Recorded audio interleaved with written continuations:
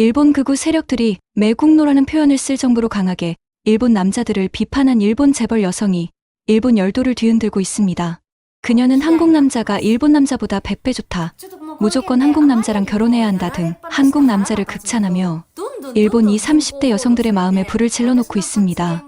서울에서 접했던 한국 남자들의 본 모습을 보고 일본 상류층 남자들의 위선적인 모습을 더 이상 눈뜨고 볼 수 없었다고 하는데요. 그녀가 접한 한국 남자들과 일본 상류층 남자들의 이야기가 지금 시작됩니다. 저는 야마다 사치코입니다. 32살이었어요. 일본 항공에서 국제선 수석 승무원으로 일하고 있었죠. 그런데 사람들이 저를 보면 항상 이상해했어요. 왜냐하면 저는 일본의 큰 재벌가 딸이었거든요. 야마다 그룹이라고 들어보셨나요? 일본에서는 꽤 유명한 회사예요. 저희 할아버지가 만든 회사였어요. 그런 집안의 딸이 왜 승무원 일을 하는지 다들 궁금해했습니다. 답은 간단했어요. 저는 일본 상류층 남자들이 너무 싫었거든요. 어릴 때부터 봐왔는데 정말 가식적이었어요. 겉으로는 신사인 척하지만 속은 완전히 달랐습니다. 아버지의 사업 파트너들을 보면서 자랐어요. 그들은 항상 정장을 빼입고 있었죠. 말도 정중하게 했어요. 하지만 여자들을 대하는 모습은 정말 끔찍했습니다. 마치 물건 다루듯이 했어요. 특히 저희 오빠 다이스케를 보면 더 확실해졌어요. 하버드에서 MBA를 따온 똑똑한 사람이었죠. 하지만 여자친구를 대하는 태도는 최악이었어요. 정말 보기 안 좋았습니다. 레스토랑에 가면 오빠가 이런 말을 했어요. 여자가 너무 많이 먹으면 안 돼. 여자친구가 음식을 주문하려고 하면 막았어요. 그런 모습을 보면서 저는 점점 화가 났습니다. 여자친구가 정치 얘기를 하려고 하면 더 심했어요. 여자가 무슨 정치 얘기야. 이런 말을 서슴없이 했어요. 여자친구의 표정이 어둠침침해져도 상관없이 말이죠. 정말 보기 싫었습니다. 회사에서 만나는 동료들도 비슷했어요. 재벌 2세, 3세들이 대부분이었어요. 겉으로는 완벽한 신사 같았죠. 하지만 속으로는 여자를 액세서리 정도로 생각하고 있었어요. 데이트를 할 때도 마찬가지였어요. 비싼 레스토랑에 데려가는 게 전부였어요. 돈으로 모든 걸 해결하려고 했죠. 진정한 배려나 존중은 찾아볼 수 없었습니다. 그래서 저는 일부러 상류층 남자들과의 만남을 피했어요. 부모님이 계속 좋은 집안 남자를 소개해주려 했어요. 하지만 저는 모두 거절했습니다. 그들이 말하는 좋은 집안이 뭔지 너무 잘 알고 있었거든요. 돈과 지위는 있지만 진짜 인간성은 없는 남자들이었어요. 그런 사람들과 결혼해서 평생을 살 수는 없었죠. 차라리 혼자 사는 게 낫겠다고 생각했습니다. 승무원이라는 직업을 선택한 이유도 그것 때문이었어요. 다양한 나라 사람들을 만나고 싶었어요. 진짜 신사가 뭔지 찾고 싶었죠. 하지만 몇 년 동안 일해도 그런 사람을 만나지 못했습니다. 오히려 다른 나라 상류층 남자들도 비슷했어요. 돈으로 과시하고 권위로 누르려 하고 말이죠. 정말 실망스러웠어요.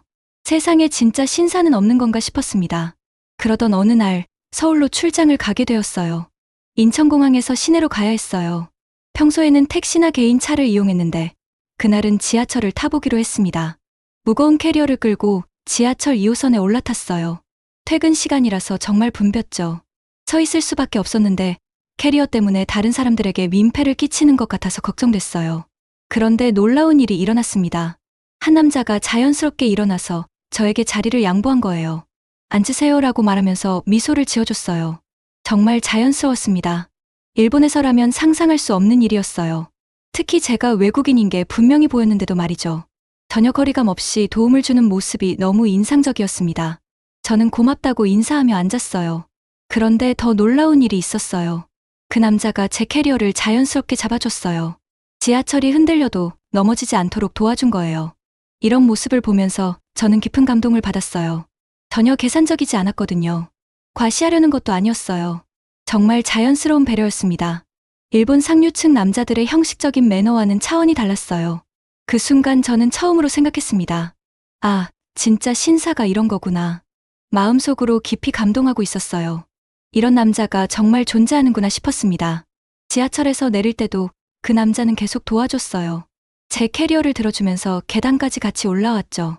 특별히 잘생기지도 않았고 비싼 옷을 입지도 않았어요. 평범한 직장인 같아 보였습니다. 하지만 그의 행동에서는 진짜 품격이 느껴졌어요. 일본 상류층 남자들이 보여주는 가식적인 매너와는 완전히 달랐죠. 자연스럽고 진심이 담긴 배려였습니다. 그날 밤 호텔에서 저는 오래 생각했어요. 과연 진짜 신사란 뭘까요? 돈이 많고 지위가 높으면 신사인 걸까요? 아니면 진심으로 다른 사람을 배려하는 마음이 신사인 걸까요? 답은 명확했습니다. 오늘 만난 그 평범한 한국 남자야말로 진짜 신사였어요. 계산하지 않고 자연스럽게 도움을 주는 모습에서 진정한 품격을 받거든요.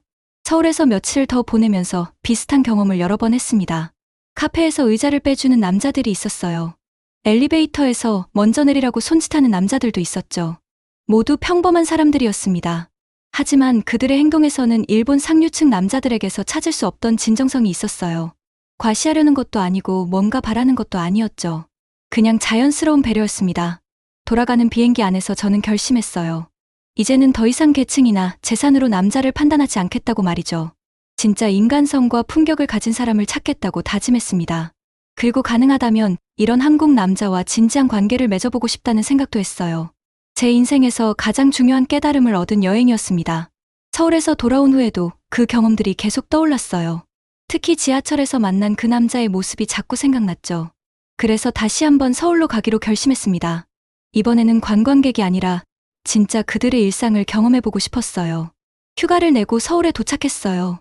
고급 호텔 대신 홍대 근처의 작은 게스트하우스에 머물기로 했습니다. 평범한 사람들이 사는 곳에서 지내고 싶었어요. 그들의 삶을 더 가까이에서 보고 싶었거든요. 게스트하우스 사장님도 친절했어요. 제가 일본인이라고 하니 관광 명소들을 추천해줬습니다. 첫날 홍대 거리를 걸어 다녔어요. 젊은 사람들이 많아서 정말 활기찼죠. 그런데 여기서도 남자들의 배려를 쉽게 볼 수 있었어요. 커플들을 보면 남자가 여자의 가방을 들어주고 있었습니다. 계단에서는 손을 잡아주고 있었어요. 추우면 자신의 옷을 벗어주기도 했죠. 이런 모습들이 너무 자연스러웠어요. 일본에서는 드라마나 영화에서나 볼 수 있는 장면들이었습니다. 특히 제가 아는 상류층 남자들은 절대 이런 행동을 하지 않았거든요. 남자가 여자 가방을 들면 남자답지 못하다고 했어요. 여자가 스스로 해야 한다는 식으로 말하곤 했죠. 하지만 여기 한국 남자들은 그런 걸 전혀 개의치 않는 것 같았어요. 오히려 당연한 것처럼 여기고 있었죠. 이런 모습을 보면서 저는 계속 감동하고 있었습니다. 더 인상적인 것은 카페에서 본 모습이었어요. 한 커플이 주문을 하고 있었는데 남자가 자연스럽게 계산을 했어요. 그리고 여자에게 뭐 더 마실래? 라고 물어보며 배려하고 있었죠. 일본 상류층 남자들이라면 각자 계산하자고 했을 거예요. 여자도 경제적으로 독립적이어야 한다며 더치페이를 고집했을 거거든요.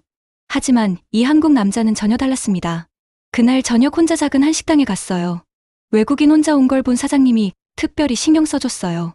여러 가지 반찬을 더 가져다 줬죠. 정말 따뜻한 마음이 느껴졌습니다.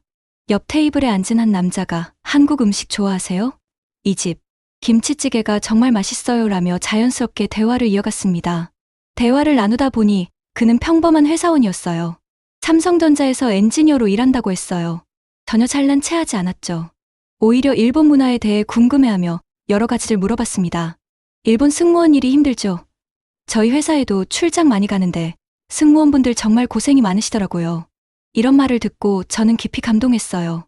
일본 상류층 남자들은 승무원을 그냥 서비스 제공자로만 생각했거든요. 하지만 이 평범한 한국 남자는 승무원도 하나의 직업인으로 존중하고 있었어요. 그의 시선에는 계급 의식이나 우월감이 전혀 없었죠. 정말 놀라운 일이었습니다. 식사를 마칠 때 그는 혹시 서울 구경하시는 동안 궁금한 것 있으면 연락 주세요라고 했어요. 자신의 핸드폰 번호를 알려줬죠. 전혀 이상한 의도가 아니었어요. 정말 순수한 호의에서 나온 행동이었습니다. 저는 고맙다고 인사하며 그의 연락처를 받았어요. 다음 날 그에게 연락해서 서울 명소를 물어봤어요. 바쁜 회사 일정에도 불구하고 친절하게 답변해줬습니다. 심지어 주말에 시간이 되면 직접 안내해주겠다고 제안했어요. 외국인 혼자 다니시면 위험할 수도 있어요.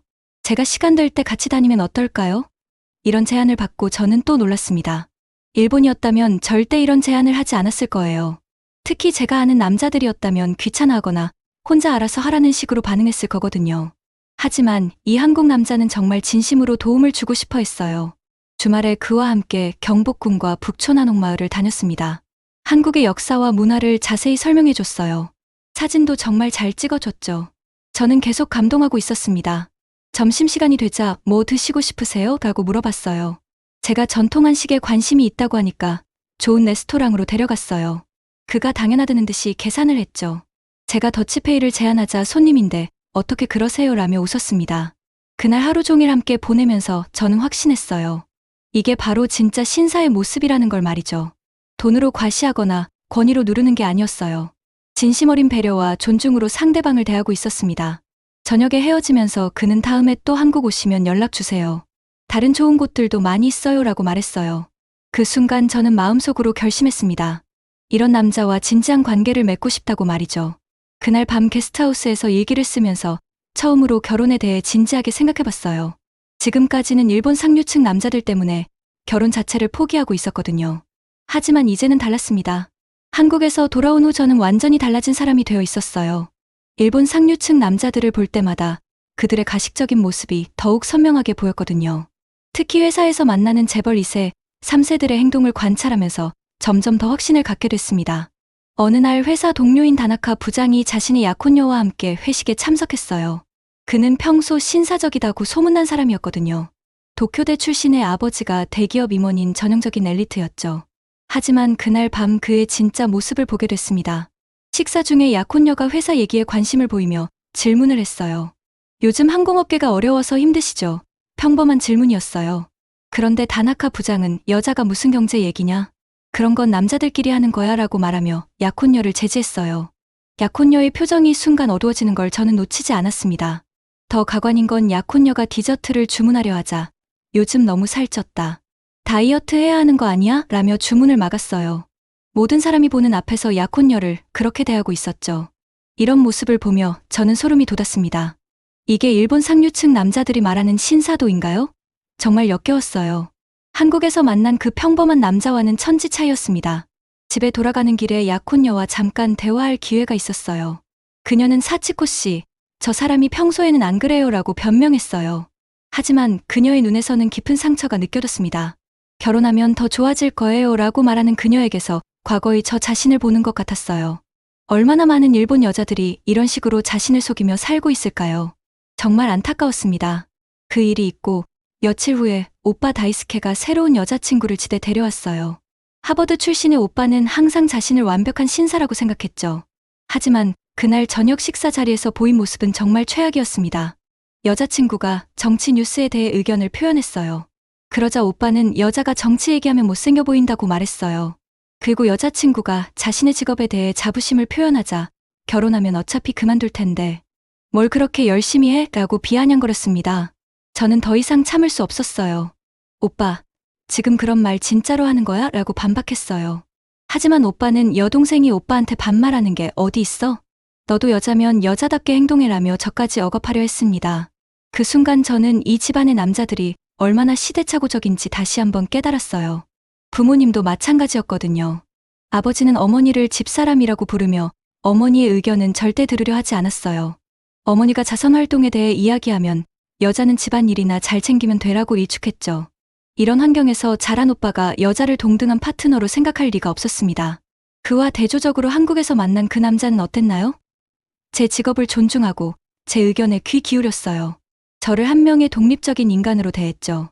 계산을 하는 것도 과시가 아니라 자연스러운 배려였습니다. 저는 더 이상 참을 수 없었어요. 이런 현실을 그냥 두고 볼 수만은 없었거든요. 일본의 수많은 여자들이 저처럼 상류층 남자들의 위선에 시달리고 있다는 걸 알려야 했어요. 마침 그때 일본의 유명한 토크쇼 프로그램에서 국제결혼의 현실이라는 주제로 출연자를 모집한다는 소식을 들었습니다. 저는 주저없이 지원했어요. 일본항공 수석 승무원이자 재벌가 딸이라는 배경 때문에 제작진들도 관심을 보였죠. 곧 출연이 확정되었어요. 방송 전날 밤 저는 오래 고민했습니다. 과연 이렇게 공개적으로 발언하는 게 옳을까요? 분명히 큰 파장이 일어날 거고 일본 상류층 사회에서는 저를 배신자로 여길 거였어요. 하지만 저는 결심했습니다. 진실을 말해야 한다고 말이죠. 다음날 스튜디오에 도착했을 때 저는 이미 각오를 단단히 했어요. 다른 패널들은 대부분 일본 남자들의 장점을 부각시키는 발언들을 준비해온 것 같았습니다. 하지만 저는 달랐어요. 진짜 경험한 것, 진짜 느낀 것을 말할 생각이었죠. 국제결혼을 고려해본 적이 있나요? 라는 진행자의 질문에 저는 당당하게 답했습니다. 네, 있습니다. 특히 한국 남자와의 결혼을 진지하게 생각해보고 있어요. 스튜디오가 순간 조용해졌어요. 재벌가 딸이 한국 남자와의 결혼을 언급한 거였거든요. 왜 한국 남자인가요? 라는 추가 질문에 저는 준비해온 답변을 했어요. 한국의 평범한 남자가 일본 상류층 남자보다 100배 좋기 때문입니다. 이 말과 함께 스튜디오는 완전히 술렁이기 시작했습니다. 하지만 저는 멈추지 않았어요. 실제 경험을 바탕으로 말씀드리겠습니다. 저는 서울에서 지하철을 탔을 때 한국의 평범한 직장인이 자리를 양보하고 무거운 캐리어를 들어주는 걸 경험했어요. 이건 단순한 매너가 아니었어요. 진짜 배려심이었습니다. 하지만 일본 남자들도 매너가 좋지 않나요? 라는 패널의 반박에 저는 단호하게 답했어요. 겉으로는 그래 보이지만 실상은 다릅니다. 일본 상류층 남자들의 매너는 형식적이고 계산적이에요. 여자를 동등한 파트너가 아닌 소유물로 생각하는 경우가 많습니다. 스튜디오의 분위기가 점점 긴장되어 갔어요. 하지만 저는 계속했습니다. 예를 들어 한국 남자는 데이트 비용을 자연스럽게 지불하면서 상대방을 배려해요. 하지만 일본 상류층 남자들은 비싼 레스토랑에 데려가는 것으로 자신의 경제력을 과시할 뿐이에요. 진짜 관심은 없습니다. 그렇다면 일본 남자들의 어떤 점이 문제라고 생각하시나요? 라는 직접적인 질문이 들어왔어요. 저는 이 순간을 기다렸습니다. 여자의 의견을 무시하고 여자를 하나의 액세서리로 생각해요. 여자가 무슨 정치 얘기냐? 여자는 집안일이나 해라는 식의 발언을 당연하게 여기죠. 패널 중 한 명이 너무 일반화하는 것 아니냐고 반박했지만 저는 구체적인 사례를 들었어요. 제 오빠는 하버드 MBA 출신 엘리트입니다. 하지만 여자친구에게 결혼하면 어차피 직장 그만둘 텐데 뭘 그렇게 열심히 해? 라고 말해요. 이게 신사적인 모습인가요? 이 발언 후 스튜디오는 완전히 술렁였습니다. 재벌가 딸이 자신의 오빠까지 공개적으로 비판한 거였거든요. MC가 상황을 정리하려 했지만 저는 더 중요한 이야기를 해야 했어요. 저는 무조건 한국 남자랑 결혼하고 싶습니다. 그들에게서 진짜 신사의 모습을 봤거든요. 이렇게 말하니까 스튜디오가 더욱 시끄러워졌어요. 무조건이라는 표현이 너무 강한 것 같은데요. 라는 지적에 저는 무조건입니다 라고 단언했습니다. 한국 남자들은 여자를 동등한 파트너로 대해줘요. 진짜 배려와 존중이 뭔지 알고 있어요. 일본 상류층 남자들과는 차원이 다릅니다. 방송이 끝나고 대기실에서 스태프들의 표정을 보니 제 발언이 얼마나 파격적이었는지 알 수 있었어요. 프로듀서는 정말 이대로 방송해도 될까요? 라고 조심스럽게 물었습니다. 저는 물론입니다. 이건 제 진심입니다 라고 답했어요. 방송이 나간 후 반응은 폭발적이었어요. 일본 전국이 들썩였습니다. 재벌가 딸이 일본 상류층 남자들을 공개적으로 비판하고 한국 남자와의 결혼 의지를 밝힌 거였거든요. SNS는 완전히 난리가 났어요. 뉴스 프로그램들도 긴급히 이 사안을 다뤘습니다. 반응은 크게 두 갈래로 나뉘었어요. 한쪽에서는 용기 있는 발언이다. 일본 남자들이 반성해야 한다는 지지 반응이 쏟아졌습니다. 특히 2030대 일본 여자들 사이에서는 드디어 누군가 진실을 말해줬다는 반응이 많았어요. 하지만 다른 한쪽에서는 격렬한 비판이 쏟아졌습니다. 일본 상류층 사회와 기성세대 남자들은 배신자, 일본을 모독했다는 식으로 맹비난했죠. 심지어 극우 세력들은 매국노라는 표현까지 썼어요. 더 놀라운 건 한국에서의 반응이었습니다. 한국 뉴스에서도 이 이야기가 크게 보도됐고 한국 남자들 사이에서는 일본 여자가 우리를 이렇게 평가해주다니라며 긍정적인 반응이 많았어요. 일본 여자들 사이에서는 한국 남자와 결혼하고 싶다는 댓글들이 급증했습니다. 그 다음 날부터 제게는 수많은 인터뷰 요청이 들어왔어요. 신문, 잡지, 라디오, 인터넷 방송까지 모두가 제 이야기를 더 자세히 듣고 싶어 했습니다. 저는 가능한 한 많은 매체와 인터뷰하며 제 경험을 구체적으로 전했어요. 한국 남자들의 어떤 점이 가장 좋았나요? 라는 질문에 저는 답했습니다. 진정성이에요. 과시하거나 계산하지 않고 진심에서 우러나는 배려를 해줘요. 특히 여성 잡지와의 인터뷰에서 저는 더 솔직하게 말했어요. 일본 상류층 남자들은 여자에게 예쁘게 웃어라, 말은 적게 해라, 남자를 세워줘라고 요구해요. 하지만 한국 남자들은 여자의 의견을 듣고 존중해줍니다. 제 발언은 계속해서 파장을 일으켰어요. 특히 100배 좋다는 표현과 무조건 한국 남자랑 결혼이라는 말은 유행어처럼 번졌습니다. 일본 여자들 사이에서는 사치코 신드롬이라는 말까지 생겨났어요.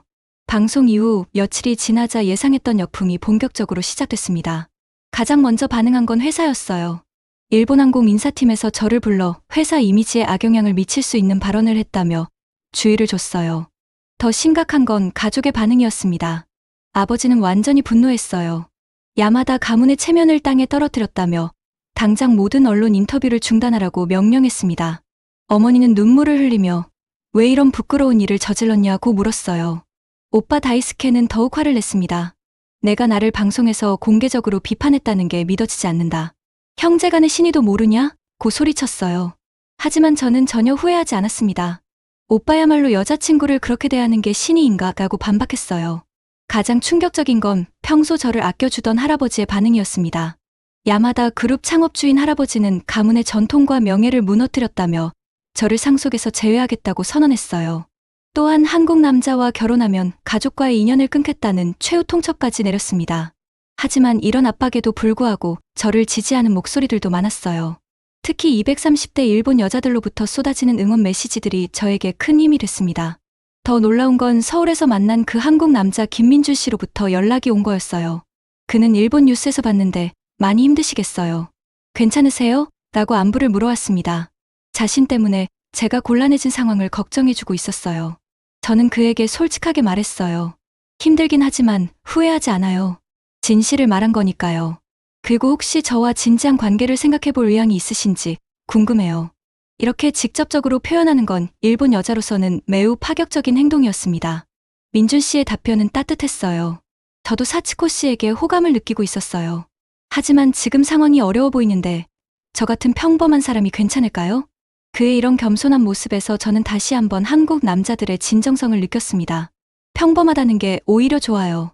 저는 화려한 겉모습보다 진짜 마음이 중요하다고 생각해요 라고 답한 저는 그와 본격적인 교제를 시작하기로 결심했습니다. 일본과 한국을 오가며 만나는 건 어려웠지만 매일 영상통화를 하며 마음을 나눴어요. 그러던 중 더 큰 역풍이 몰아쳤습니다. 일본의 극우 단체들이 제 집 앞에서 시위를 벌이기 시작한 거예요. 매국노 야마다 사치코를 일본에서 추방하라는 구호를 외치며 연일 시위를 벌였어요. 심지어 제 사진을 불태우는 퍼포먼스까지 했습니다. 회사에서도 압박이 거세졌어요. 몇몇 일본 상류층 고객들이 야마다 사치코가 승무원으로 있는 항공편은 이용하지 않겠다는 보이콧을 선언했거든요. 회사 경영진은 저를 지상 근무로 전환하거나 휴직을 고려해보라고 압박했어요. 하지만 이런 역풍 속에서도 저를 지지하는 목소리는 더욱 커져갔습니다. 특히 젊은 일본 여자들이 SNS에서 사치코를 지지합니다. 해시태그 운동을 벌이기 시작했어요. 한국에서도 놀라운 일이 일어났습니다. 한국의 여성단체들이 저를 지지하는 성명서를 발표했고 진짜 성평등을 추구하는 용기 있는 여성이라고 평가했어요. 심지어 한국 정부에서도 양국 간 문화 교류에 긍정적 영향을 미쳤다는 논평을 발표했습니다. 가장 감동적이었던 건 민준 씨 가족들의 반응이었어요. 그의 부모님은 어려운 상황에서도 진실을 말하는 용기 있는 여성이라며 저를 환영했습니다. 특히 민준 씨의 어머니는 우리 아들이 이런 훌륭한 여성을 만나다니라며 기뻐하셨어요. 이런 대조적인 반응을 보며 저는 더욱 확신했습니다. 제가 선택한 길이 옳다는 걸 말이죠. 일본 상류층의 가부장적 문화보다는 한국의 평등한 가족 문화가 훨씬 건전하다는 걸 깨달았어요. 6개월이 흐른 후 저는 마침내 가장 중요한 결정을 내렸습니다. 김민준 씨와의 결혼을 공식적으로 발표한 거예요. 이 발표는 또다시 일본과 한국 양국에서 엄청난 화제를 불러일으켰습니다. 일본 가족들의 반응은 예상대로였어요. 아버지는 가문의 수치라며 저를 완전히 의절했고 오빠는 정신 차리라며 막판까지 만류했습니다. 하지만 저는 더 이상 흔들리지 않았어요. 6개월간 민준 씨와 교제하며 확인한 것들이 너무나 많았거든요. 민준 씨는 정말 다른 남자였습니다. 매일 밤 영상통화를 할 때마다 하루 일과를 자세히 물어보고 제가 힘들어하면 진심으로 걱정해줬어요. 일본에서 벌어지는 역풍들에 대해서도 사치코 씨가 옳은 일을 한 거예요. 저는 당신을 지지해요라며 든든하게 응원해줬습니다. 특히 감동적이었던 건 그가 일본어를 배우기 시작한 거였어요. 사치코 씨 가족들과도 언젠가는 화해해야죠. 그때를 위해 미리 준비하는 거예요라며 매일 일본어 공부를 했습니다. 이런 모습에서 저는 그의 진짜 사랑을 느꼈어요. 결혼식 준비 과정에서도 민준 씨의 배려심은 계속됐습니다. 저는 일본 전통 방식을 원했지만 그는 한국 전통 결혼식도 해보면 어떨까요? 라고 제안했어요. 두 나라 문화를 모두 존중하는 의미에서요. 결국 우리는 한일 두 나라 전통을 모두 담은 특별한 결혼식을 준비했습니다. 더 놀라운 건 한국의 반응이었어요. 제가 결혼 발표를 하자 한국에서는 사치코 신드롬이 본격적으로 일어났습니다. 젊은 일본 여자들이 한국 남자와의 만남을 적극적으로 찾기 시작한 거예요. 한일 국제결혼 중개업체들은 문의가 폭주한다며 기쁨을 감추지 못했어요. 한국 드라마나 K-팝을 통해 이미 한국 문화에 관심이 있던 일본 여자들은 제 이야기를 계기로 한국 남자와의 실제 연애에 관심을 갖기 시작했습니다. 결혼식 당일 놀라운 일이 일어났어요. 일본에서 수백 명의 젊은 여자들이 축하 메시지를 보내온 거예요. 사치코 씨가 용기를 줬어요. 저도 진짜 사랑을 찾을 용기가 생겼어요 라는 메시지들이었습니다. 심지어 결혼식장 밖에는 저를 지지하는 일본 여자들이 직접 와서 축하해주기도 했어요.